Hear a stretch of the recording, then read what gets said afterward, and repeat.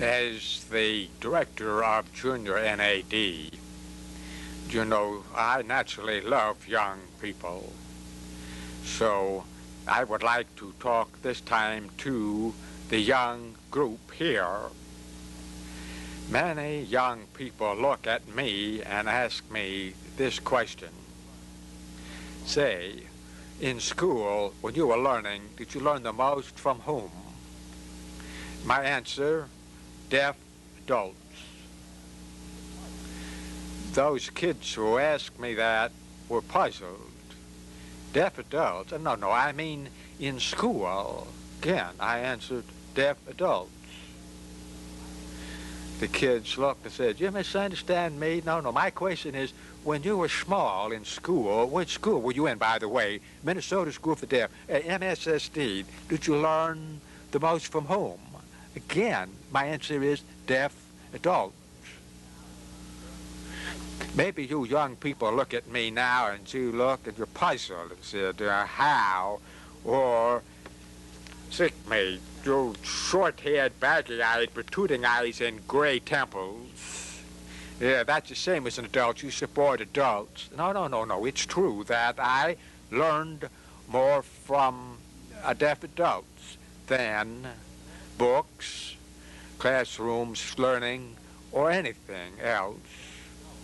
I will give you some examples of how deaf adults themselves have taught me things that I grew up with and still remember to this day. One deaf adult over there, he was old man. He complaining about the way I dressed. He noticed that I dressed the same way every day, Monday, Tuesday, Wednesday, Thursday, Friday, the same way, white shirt and tie. Tomorrow, Tuesday, again, white shirt and tie. Wednesday, the same way, same two pieces and the same two colors. He didn't like that. He tried to improve my dress by telling me, hey, Frank, why don't you have variety in your clothes? I looked at him, I didn't understand. Well, what? How? He explained, why don't you on Monday wear a white shirt and tie like this now? That's fine. But tomorrow, Tuesday, why don't you change? Use a bow tie and maybe shirt, maybe beige shirt. Next Wednesday, change to a tie with a yellow shirt. And next Thursday, well, maybe blue and maybe bow tie again.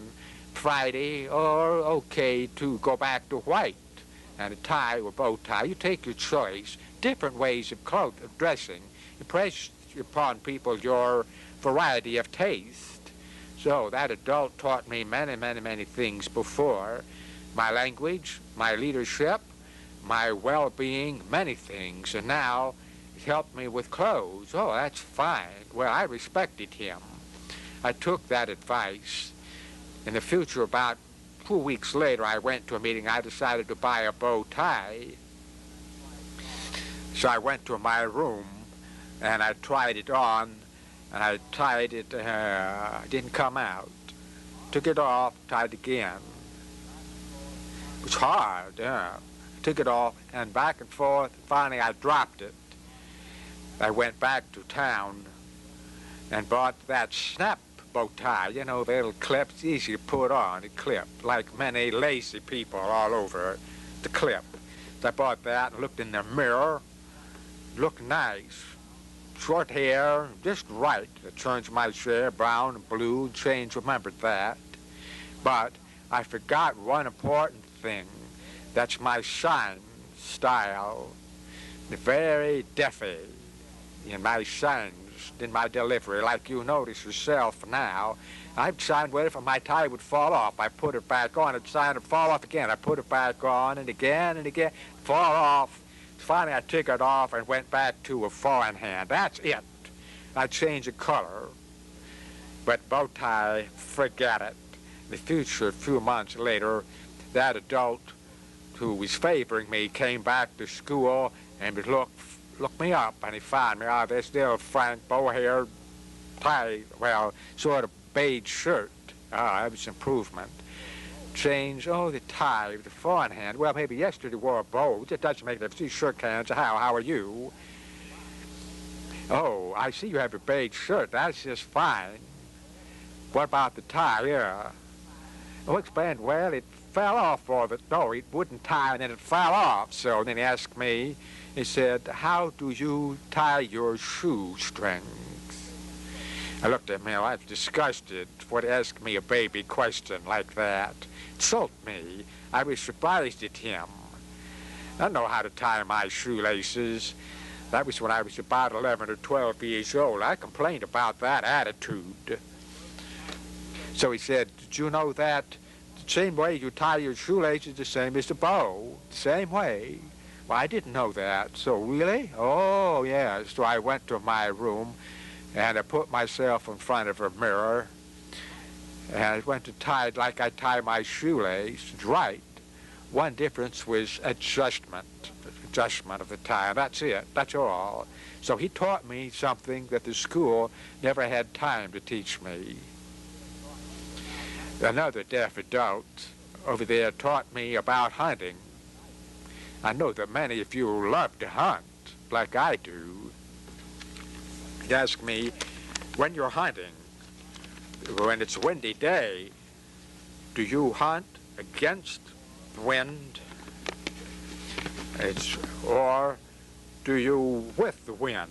Which way? And I remember, when it's cold, the wind, my nose would freeze, so I would turn around. It's much easier. And he said, no, you never caught a deer, right? And I said, yeah, I knew that's right. But I didn't like the attitude. Insult me. I'm trying. I will improve. No, you're never going to improve. When you're cold against the wind, I get cold. I lose my ambition. Oh, you have to suffer. And he explained, when you go hunting with the wind, that's easy and comfortable, but you'll never see a deer. But many deer see you. Many deer hide and run away. They think you're dumb. Why? Because your body smells body odor. That's B period odor, B period O period, smell. And the wind carries that BO to the deer. The deer's eating over there and he smells a human body. And they run off and hide. And they see you, but I never see any deer all day, you see. So I have to go against the wind. The deer don't know I'm here. The chances are better that I will get many deer. So I learned from that adult. Another adult I remember very well asked me the same question while I was about 10 years old. You know, it's hard for people who remember names of 5 Great Lakes when you're really young, only 10 years old. You know, Lake Michigan, and with 4 more left. That's, I remember, let's see, Erie. And, time goes by, and I waste time. But the adult said, do you know home? Do you know home? Supposing you have many home, how do you spell that? And he said, oh, homes. He asked me, well, as if I was smart. Well, homes. I know if there's many, it must be homes. If it's just one, that's home. So, homes, you see? All right, now, do you remember the 5 Great Lakes? By putting that word homes in your mental file cabinet in there. Now, you ask me 5 Great Lakes, and you take that out of your mental file, H, Lake H, Huron, O, Ontario, M, Michigan, E, Erie, S, Superior. It's quick. I said, oh, yeah, so I learned from that adult, learned many memory crutches, words. Do you know crutches, when you break your leg, you use your crutches, you walk on crutches. One crutch, memory, depends on that. Depend upon that to remember. Memory, crutch, that words, memory crutch words. For example, is faces, when a person is bodily, physically educated or fit, he must meet 5 requirements. He has to. First, 5 requirements are: first, flexibility. Second, agility. That means you run, change directions in motion. When he's going, doesn't stop and change, but while he's on the go, he changes. Agility. Another is coordination. Everything's coordinated. Your muscles and everything, your head, everything goes at the same time simultaneously. That's coordination. How do I remember all of those? F, flexibility, A, agility, C, coordination, endurance for E, and strength or stamina. Faces. That's it. I have many memory crutches in my mental file in there. Anytime people ask, let's pull that out and spell it and I'm done. People think I'm really smart. No, I'm clever. You don't have to be smart to do things like that. You just have ideas. Look for clever ways to remember things. With that system, you look smart, not dumb. I learned that from adult before. Another interesting thing I learned from another adult about accidents. For example, when a person falls and hits his head and has a bad, excessive bleeding cut, who's bleeding all the time, one adult asked me, in that situation, what would you do? I was small. I looked at him and said, I'd take off my shirt and wrap it around his head. Now what would you do?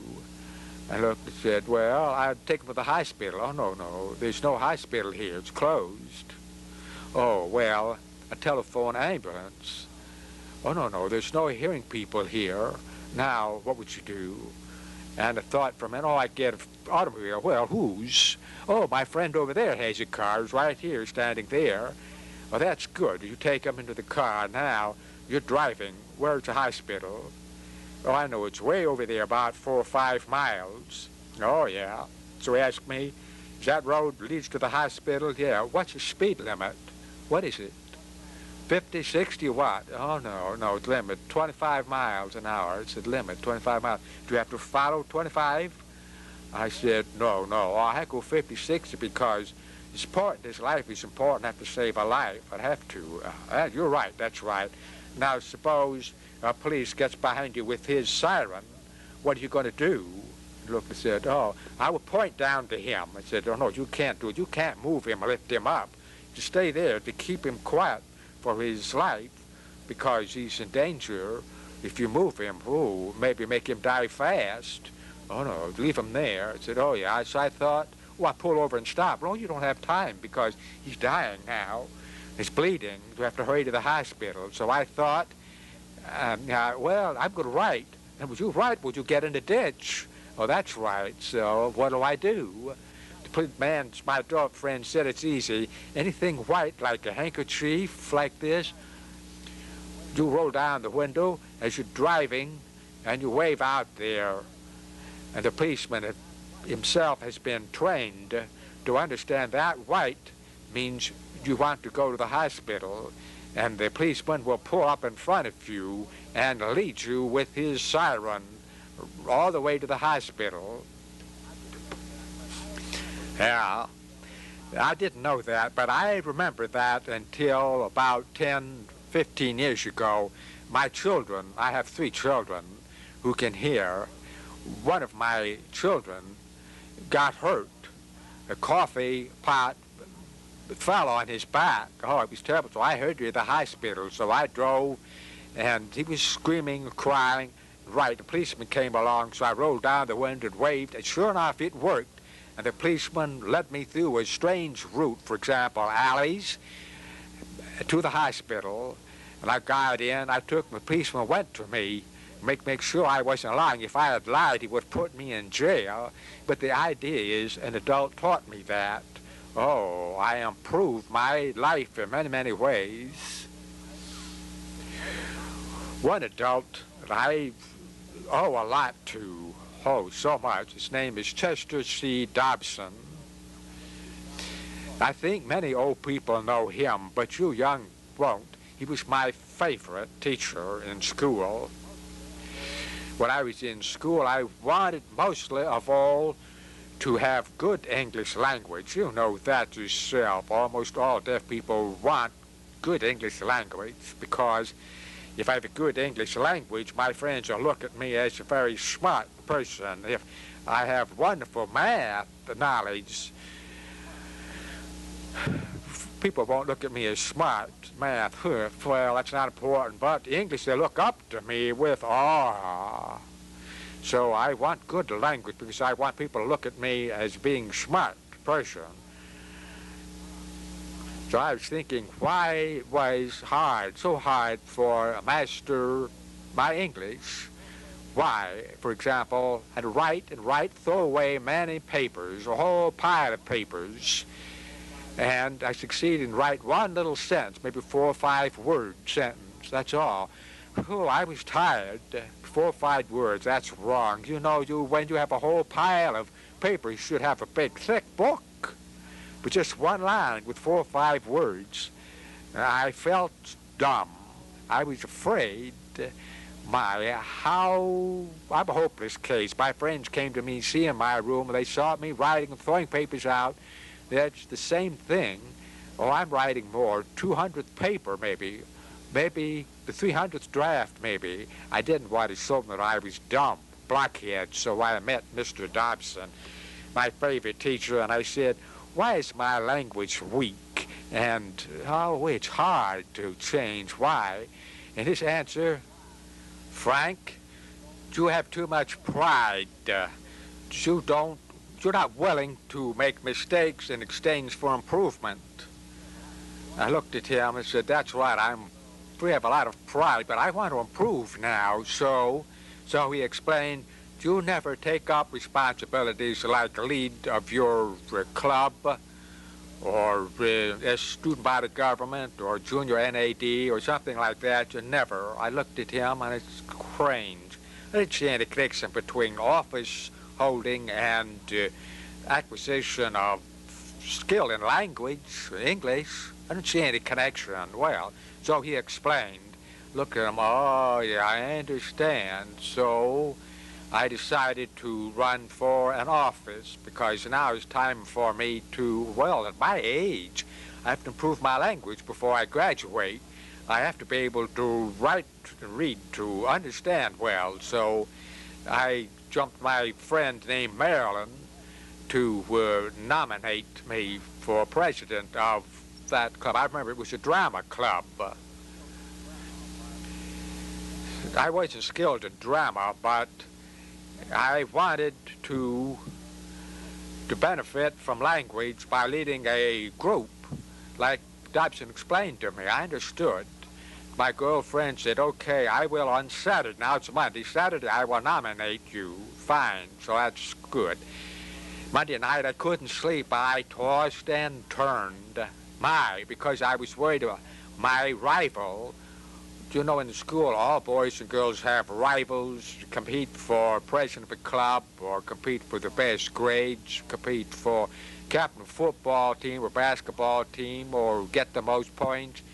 My rival's sign was D. You know, I hated D. If I stood up as president, made a mistake, D would laugh and say, you dumb cluck. No, I wasn't going to give D that opportunity, no. No, so I tossed and turned. On Tuesday morning, I met Marilyn. He said, no, bring up my name. No, drop it. So during the day, his conscience bothered him. My favorite teacher, Mr. Dobson, was right. I must not be proud. I should be willing to make mistakes in exchange for learning. So I met Marilyn again. I said, I still want you to nominate me Saturday. Tuesday night, another sleepless night. I tossed and turned and spoiled by that D. If it wasn't him, everything would be just fine. So the next morning, I told Marilyn, drop it again. I keep changing, Monday, Tuesday, Wednesday, Thursday, Friday, until Saturday. Finally, I decided to accept it. And so they nominated my name. My name was put on the blackboard. Frank Turk. on the blackboard. I looked up there and I was scared. Oh my, there was nothing happened, but I looked out, my name is there. And I looked over there, was hoping that a lot of other students would volunteer. And if I lost, I could always tell my favorite teacher, Mr. Dobson, well, I tried. Huh? It's better than chickening out. But there's no one volunteered, so I got it by acclamation. I was unopposed, so I got scared. And the next thing, vice president, oh, many nominees up there. There's a long name on the blackboard. And there's a lot of arguing, excitement about that. But I didn't pay any attention to them. I was very busy paying attention to the word I will best. No, go back. I will do best. No, one. I will do my best. Do you know the sentences? Do you know it's always ask the new president to come here to say a few remarks or explain how they plan to improve the club. So I had to think up a lot of sentences, so I didn't let anyone bother me. When the time the secretary, treasurer had all been elected, now they called me, the new president, new president, please come here and say a few remarks. So I got up. No, people don't bother me. I keep those words up in my head now, and I walked up there to the steps, to the stage, walked up there, and I fell, and all the words fell out of my mind, disappeared. I stood up there, I best, and I left. Next year, I volunteered again for a different office. It's a different one. And it's the same way. I sat down there. I didn't have a white face, or I was sick and wrestling with words. No, it was turned a little bit gray. A little bit gray. People bothered me. Well, it didn't bother me. I was improving a little bit, and when I went up, I fell again, and the words fell out, but I kept one or two, so I had a few to start with. I was improving a little bit. Then the following year, I volunteered for another office, and people would bother me both sides, and I'd see all the faces around there were all the same, because last year mine was white, and then changed to gray, and now mine was the same, like a sick boy. Now, no. If I fell, everything would stay. It wouldn't make any difference. It was like taped in. Now today, I sign smoothly. Mr. Dobson taught me that leadership can be your best 24-hour-a-day teacher. I understood that. To lead a group successfully, you must first be a clear thinker. First, clear thinking requires good language, and good language requires practice. Planning, for example, when I slept at night, plan for tomorrow, I have to manage a group. I was president. There's a lot of responsibility. There's a lot of sentences in my head, and I forgot to shoot. So I turned on a lamp, and I would look there at the paper. Oh, there, that was the missing sentence there. So I turned the light out. Then I would go over and think about what I was going to say, turn the light again, off and on all night. Tomorrow I would just do this smoothly, again and again. Now it's become automatic now. That's what Mr. Dobson meant. I want you young people today to understand that by volunteering to take active role for office, any kind, they would give you an opportunity to develop things for a better life here. That can be your best 24-hour English teacher.